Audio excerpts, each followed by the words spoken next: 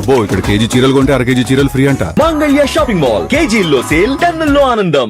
కృష్ణా జిల్లా కలెక్టర్ను కలిశారు వైసీపీ నేతలు. డిఎస్సీలో అక్రమాలు జరిగాయంటూ కలెక్టర్కు వినతి పత్రం అందించారు. లోకేష్ ఆధ్వర్యంలోనే డిఎస్సీలో అవకతవకలు జరిగాయంటూ తీవ్రస్థాయిలో మండిపడ్డారు పేర్ని నాని.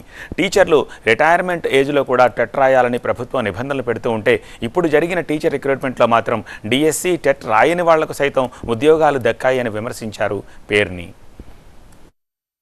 కానీ ఈ కష్టపడి చదివి ఉద్యోగాల్లోకి వచ్చినటువంటి అర్హత గల టీచర్లతో పాటుగా అర్హత లేని దొంగ టీచర్లు లోకేష్ నాయకత్వంలో లోకేష్ చేత రికమెండ్ చేయబడి వచ్చారనేదే డబ్బుతోనో లేదా పార్టీ ముద్ర మీదో పార్టీ పచ్చబిళ్ళన్నోళ్ళు లోపలికి వచ్చారనేది వైఎస్ఆర్ కాంగ్రెస్ పార్టీ యొక్క ఆధారాలతో కూడినటువంటి అనేక సందేహాలని ప్రజల తరపున ప్రభుత్వాన్ని ప్రశ్నించడం జరిగింది.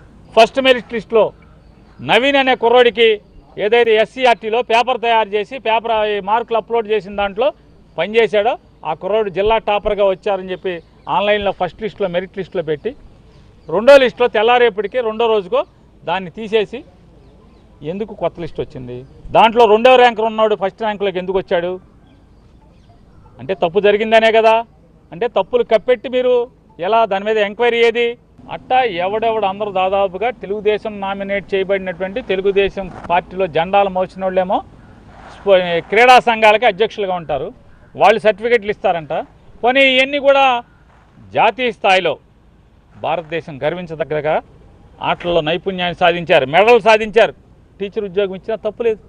చంద్రబాబు నాయుడు గారు చెప్తారు 60 ఏళ్ళు వచ్చిన టీచర్లకి ఇంకా 2 ఏళ్ళలో రిటైర్ అవుతాడు, ఇప్పుడు టెట్ రాయండి మీరు అంటున్నారు.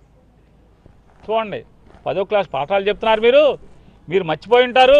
మళ్ళీ మీలో బాగా నైపుణ్యం కనపడాలి మాకు, కాబట్టి మీరు టెట్ రాయండి అంటున్నారు. ఏంటి 30 ఏళ్ళు 25 ఏళ్ళు 35 ఏళ్ళు టీచర్ ఉద్యోగం చెప్పి పాఠాలు చేసిన టీచర్లు ఇంకో 2 ఏళ్ళలో రిటైర్ అవుతారు, వాళ్ళు టెట్ రాయాలంట.